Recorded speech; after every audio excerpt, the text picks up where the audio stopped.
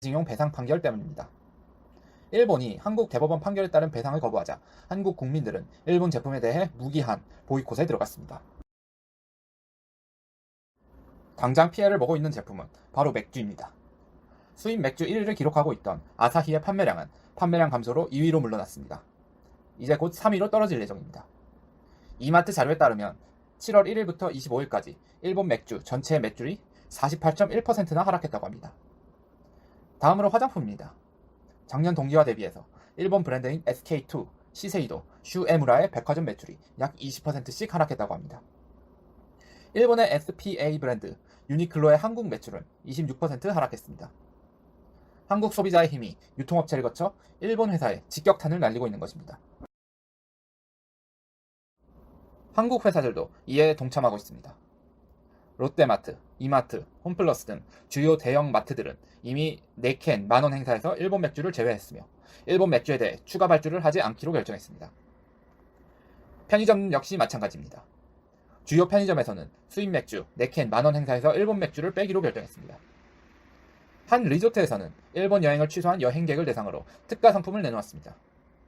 어떤 지역의 농협에서는 일본 여행을 취소한 사람들을 대상으로 하루 100명을 정해 쌀 한 포대씩을 증정하고 있습니다.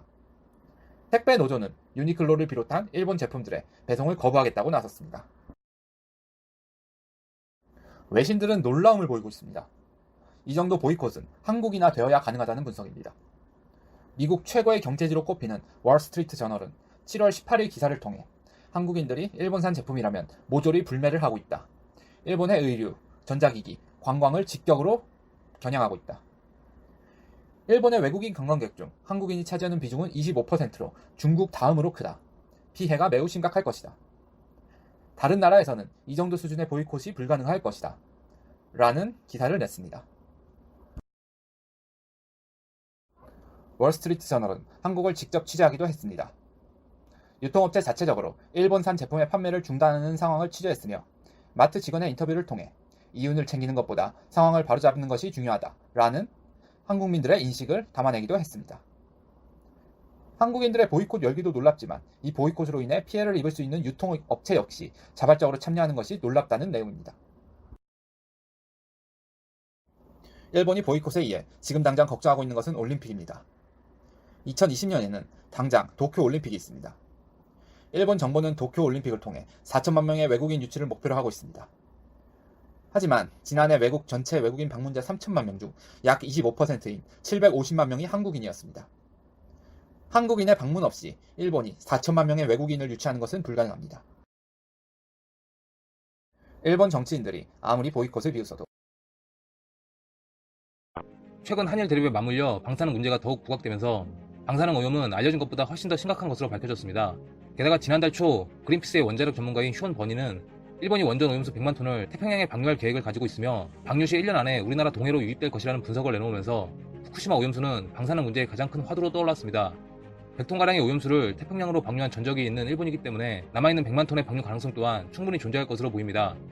이미 일본의 방사능 문제에 대하여 다방면으로 대응과 압박을 하고 있는 우리 정부는 일본의 후쿠시마 원전 오염수 처리 문제가 전세계 생태계에 영향을 줄 수 있다고 판단해 국제 공조까지 요청하기로 했습니다. 과학기술정보통신부와 원자력안전위원회는 국제적 공조가 필요한 시점이라는 데 인식을 같이 하고 후쿠시마 원전 오염수 처리에 협조를 요청하는 서한문을 국제원자력기구에 발송하였으며 서한문 발송을 시작으로 국제공조체제 구축을 위한 활동에 착수했다고 밝혔습니다.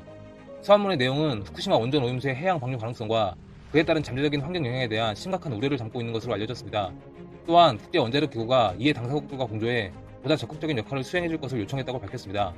이뿐만이 아닌 오늘 16일 오스트리아에서 열린 국제원자력기구 총회에 과기정통부 문미혁 차관과 원자력안전위원회 엄재식 위원장이 참석해 후쿠시마 오염수 문제를 국제원자력기구의 회원국들에게 알리며 국제적으로 공론화할 계획인 것으로 알려졌습니다. 하지만 우리 정부가 국제원자력기구에 공조 요청을 보낸 직후 일본 외무성의 마스모토 고이치로 국제원자력협력실장이 주일 한국 대사관 경로를 통해 전화를 걸어 과학적 근거에 기초하지 않은 문제 제기에 매우 유감이다. 애꿎은 소문으로 인해 피해를 입을 수 있다. 라고 항의하기도 했습니다. 게다가 사토 와사이사 외무성 부대신은 일본 방송에 나와 모략에 의한 비방이다. 방사능이 제2의 위안부 문제가 될 수 있다. 우리가 확실하게 반론해야 할 건 반론해 나갈 것이다. 라는 다소 이해하기 힘든 발언을 하기도 했습니다.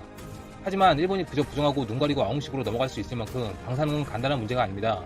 세계에서 가장 위험한 물질 중 하나이며 오염됐을 경우 복구가 거의 불가능한 물질이 바로 방사능입니다. 그런데 일부 국내 방사능 전문가들은 방사능 오염수 방류가 충분히 안전하며 수치를 계산했을 때 우리나라와 주변 바다에 미칠 영향은 거의 없을 것이라는 의견을 내세우고 있기도 합니다. 게다가 일본 후쿠시마 방사능 위험성 문제는 한일 무역 전쟁으로 우리나라 정부가 꺼내든 대응 카드 중 하나이기 때문에 한일 간 대립이 끝난다면 방사능 문제도 자연히 사라질 것이라고 언급하기도 했습니다.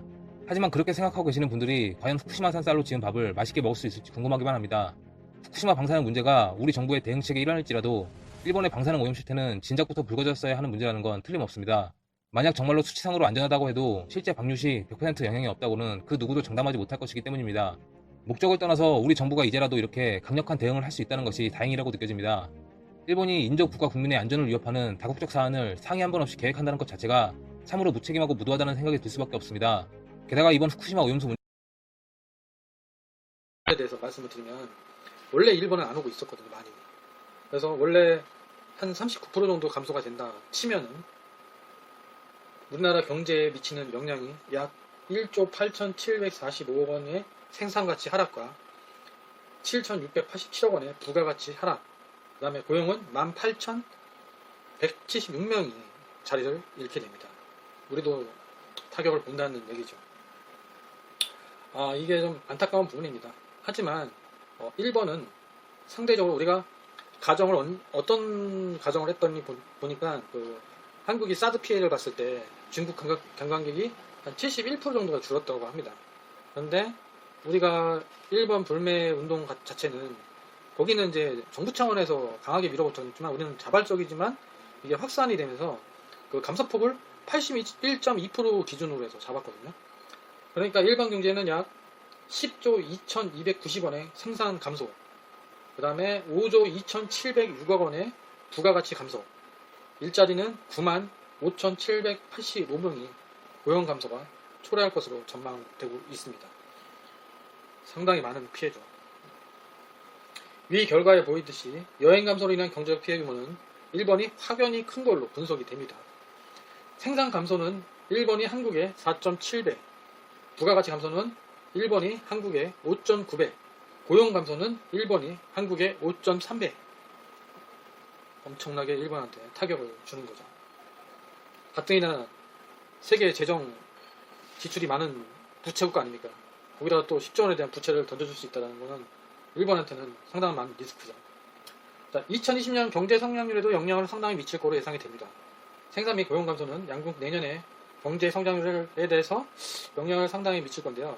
일본 여행이 81.2% 감소한다는 전제로 내년 일본 경제 성장률은 0.1% 하락한다고 볼 수 있습니다.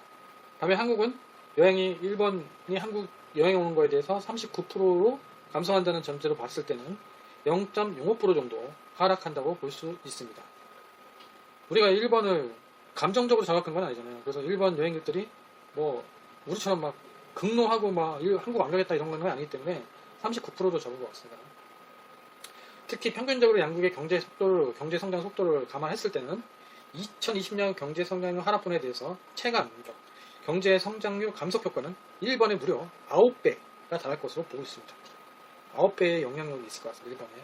한국의 체감 효과는 1.6%인데 만에 일본의 체감 효과는 14.3%로 그러니까 심각하게 체감을 줄 수 있는 효과죠.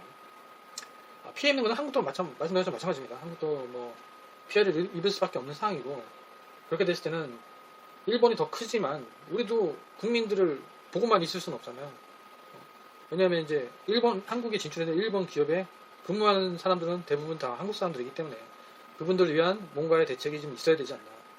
그래서 그 다음에 우리나라 소비자들의 편익 및 관광사업의 여팡에 대해서 피해가 말씀드렸듯이 있을 겁니다. 그분들도 마찬가지고 관광 쪽도 마찬가지겠죠. 경제 전쟁은 계속되는 지금 같은 상황에서 적극적으로 해결하기 위한 방법을 찾아야 됩니다. 또한 4차 산업혁명 이후 미래 주요 먹거리 산업으로 꼽히는 관광산업의 체력을 좀 강화하고 경쟁력을 좀 높여야 됩니다. 일본이 왜 관광산업에 투자했겠습니까? 전자산업, 일본의 주력 산업들이 다 안 되고 있으니까 그 관광산업에 대해서 적극적으로 미는 형태가 되고 그걸 또 주력 산업으로 좀 하고 있지 않습니까? 그만큼 그게 효과가 있고 기대치가 있다는 상황이거든요. 아시아 관광 수출 전체를 공략할 마케팅 전략 강화도 필요합니다. 지리적으로 접근성으로 인해 국내 관광시장의 주요 고객은 중국, 동남아시아 등 아시아권이 될 수밖에 없는데요. 한국을 방문하는 또 비율을 본다면 중국이 31.2%로 제일 많고요. 그 다음에 일본이 19.2%, 대만이 7.3%, 홍콩이 4.5%, 미국이 6.3%, 태국이 3.6%입니다. 하지만 일본에 대한 방문을 보면 중국이 26.9%, 한국이 24.2%, 대만이 15.3%, 홍콩이 7.1%, 미국이 4.9%, 태국이 3.6%, 2018년 기준이거든요. 근데 참 특이하네요. 미국이 자주 오네요. 우리나라랑 일본을. 그리고 지금은 이제 일본 방문객들이 대만이 이제 한국을 추월했죠. 추월할 수밖에 없죠. 한국이 더 안 가는데. 따라서 아시아 신흥국 중산층을 겨냥한 맞춤형 관광 마케팅이 필요합니다. 이를 위해서 일회성 방문이 아닌 재방문율을 높이기 위한 양질의 관광 상품, 스토리텔링이 있는 관광 상품 개발이 아주 중요합니다. 도심과 자연을 결합한 새로운 관광 재원을 개발하고 함께 이루어져야 할 거라고 보고 있고요. 특히 바가지 상술, 시즌만 되는 바가지 상술 그 부분 근절을 해야 됩니다. 그러지 않으면 국내 고객들도 안 갑니다. 그거에 대해서 개선을 항상 해야 된다고 합니다. 자, 결론을 말씀드리면 우리가 불매운동 여행을 무려 80